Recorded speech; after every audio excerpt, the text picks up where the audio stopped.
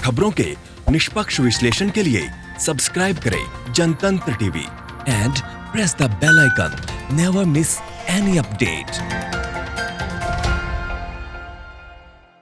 बाहुबली और मऊ सीट से विधायक मुख्तार अंसारी और उनके परिवार पर लखनऊ के जिला प्रशासन ने बड़ी कार्रवाई की है। सरकारी संपत्ति पर अवैध कब्जे के आरोप में मुख्तार अंसारी और उनके बेटों उमर अंसारी और अब्बास अंसारी पर मुकदमा दर्ज कराया गया है। लखनऊ के थाना हजरतगंज में ये शिकायत जियामऊ इलाके के प्रभारी लेखपाल सुरजन लाल की ओर से कराई गई है। हजरतगंज कोतवाली में आपराधिक साजिश और धोखाधड़ी की गंभीर धाराओं में मुख्तार अंसारी और उनके बेटे के खिलाफ एफआईआर दर्ज की गई है। इन सभी पर संपत्ति पर अवैध तरीके से कब्जा करने और इस पर नियम विरुद्ध निर्माण कराने समेत अन्य आरोप लगे हैं। इसके अलावा धोखाधड़ी के चार्ज भी लगाए गए हैं। पहली बार किसी सरकार ने बाहुबली नेता के खिलाफ सख्त कार्रवाई की है। लखनऊ की हजरतगंज कोतवाली में एफआईआर दर्ज की गई है। अब लखनऊ के जिला प्रशासन ने मुकदमा दर्ज कराया है। इसके साथ ही आपको बता दें कि लगातार मुख्तार अंसारी और बेटों पर अवैध कागजों के जरिए निर्माण कराने और धोखाधड़ी समेत कई धाराओं में केस दर्ज किया गया है। मुख्तार अंसारी और उनके दो बेटों पर एफआईआर दर्ज की गई है।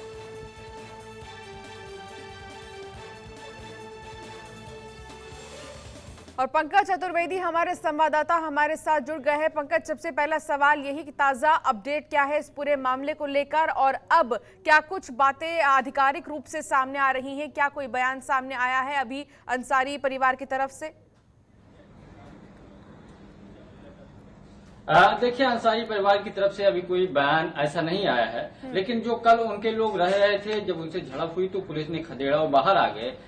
जिला प्रशासन और एलडीए का आरोप है कि वो शत्रु संपत्ति जो आजादी के पहले जो देश में रह रहे थे, जो पाकिस्तान या अन्य देश चले गए, जो उनकी संपत्ति थी, उसको अंसारी बंधुओं ने अवैध कब्जा कर लिया। और 2 साल पहले नक्शा पास करा करके उन्होंने टावर का एक बड़े टावर का निर्माण कराया था। उसको लेकर के कई सारी उनके नोटिस एलडीए की तरफ से भेजी गई थी। अंश का नोटिस का जवाब नहीं दिया। कल एलडीए के संयुक्त सचिव के साथ साथ नगर निगम फोर्स के साथ करीब 250 पुलिसकर्मी और 20 जेसीबी मशीन से वो जो उनका साम्राज्य था उसको ढहा दिया गया। देर शाम लेखपाल ने उनके ऊपर मुकदमा भी दर्ज कराया। उनके ऊपर आरोप है कि अवैध रूप से जो शत्रु संपत्ति थी उसको कब्जा किया। तो कई सारी धाराओं में उनके खिलाफ मुकदमा, उनके और उनके बेटे और एक उनके भाई के खिलाफ मुकदमा दर्ज कर लिया गया है। क्योंकि मुख्तार अंसारी अभी भी जेल में है, इस वक्त वो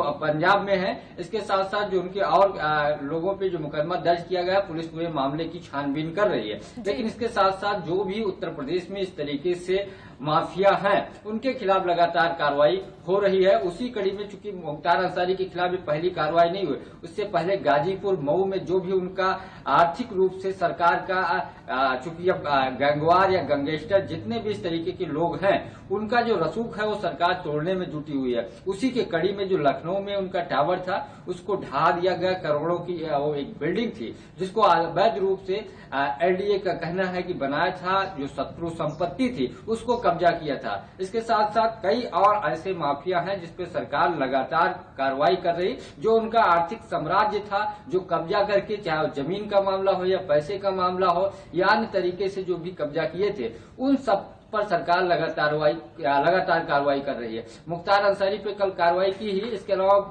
अतीक अहमद जो प्रयागराज में भी बड़े पैमाने पे जो उनका घर था उसको सीज किया गया। करीब 25 करोड़ से ज्यादा जो उनकी मकान का था उसको सीज कर दिया गया और कई जगह ढहाया गया। तो जितने भी उत्तर प्रदेश में इस तरीके के बड़े माफिया थे जिन्होंने अवैध रूप से अपने गुर्गे, अपने रसूख के बल पे लोगों की जमीन या सरकार की जमीन या ऐसी जो भी चीजें अर्जित की थी, उस पे योगी सरकार की नजरें इस वक्त टेढ़ी है। और कल मुख्तार अंसारी पे जो लखनऊ का घर था, जो टावर था, जो अवैध तरीके से कब्जा किए थे, उसको ढहाया गया है, मुकदमा दर्ज किया गया है। कई और इनकी जो संपत्तियां हैं उसकी भी जांच चल रही है। कई और लोगों ने शिकायत की है, उसकी भी जांच चल रही है।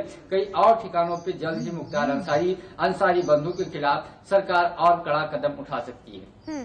पंकज, लेकिन महत्वपूर्ण सवाल ये है कि क्या अब इस पूरे मुद्दे को लेकर राजनीतिक हलचल तेज हो जाएगी? क्या अब इस पूरे मामले को लेकर राजनीति होगी और यहाँ पर आरोप और प्रत्यारोप लगाए जाएंगे? देखिए, राजनीति चूंकि इस तरीके की अपराधियों पे सरकार कार्रवाई कर रही है।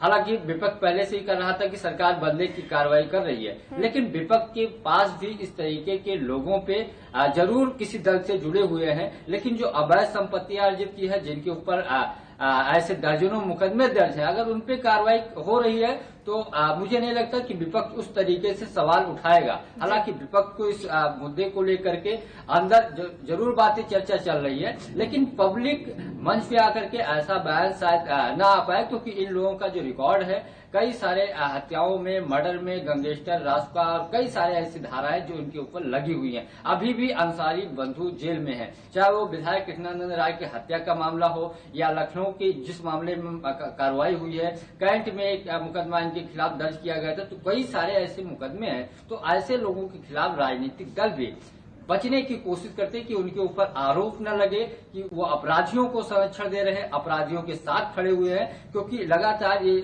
सपा पे पहले आरोप लगता था कि अपराधियों के साथ पार्टी खड़ी रहती थी, लेकिन अखिलेश के पास सत्ता आने के बाद, बागडोर आने के बाद थोड़ी जो छवि थी वो बदली और इन सब मुद्दों पे जरूर पार्टी के अंदर राजनीतिक चर्चा हो रही है। लेकिन ऐसे बयान आना मुश्किल है, क्योंकि एक तरीके से सरकार और विपक्ष के नेताओं पे हमलावर हो जाएगी। पहले ही लगातार आरोप इन पार्टियों पे लगता रहा, चाहे डीपी यादव की बात हो, चाहे अतीक अहमद की बात हो, मुख्तार अंसारी की बात हो या अतुल राय की बात हो। ऐसे नेता है जो विपक्ष है या विपक्षी दलों, जो कई सारे दल हैं, उनमें उनको विधायक या सांसद रह चुके। तो हमेशा सरकार की तरफ से ही कहा जा रहा है कि ऐसे लोगों को पिछली सरकारों में संरक्षण दिया गया, उन पे कार्रवाई हो रही है।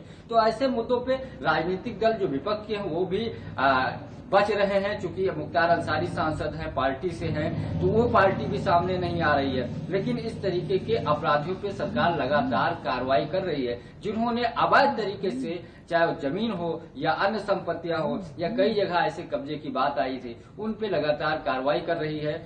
कई सारे धाराओं पे जो मुकदमे थे उसको लेकर के तो अभी सरकार की तरफ से ये साफ संदेश दिया जा रहा है उन माफियाओं को जो लगातार इस तरीके से अवैध कब्जा कर रहे हैं कि अब बिल्कुल भी बर्दाश्त नहीं किया जाएगा इस तरह से। और जाहिर सी बात है, जिन लोगों ने ऐसा किया है वो पहले ही खुलकर सामने आ जाएंगे। लगातार ये संदेश देने की कोशिश है यहाँ सरकार की। बहुत बहुत शुक्रिया पंकज इस तमाम बातचीत के लिए, तमाम जानकारी के लिए।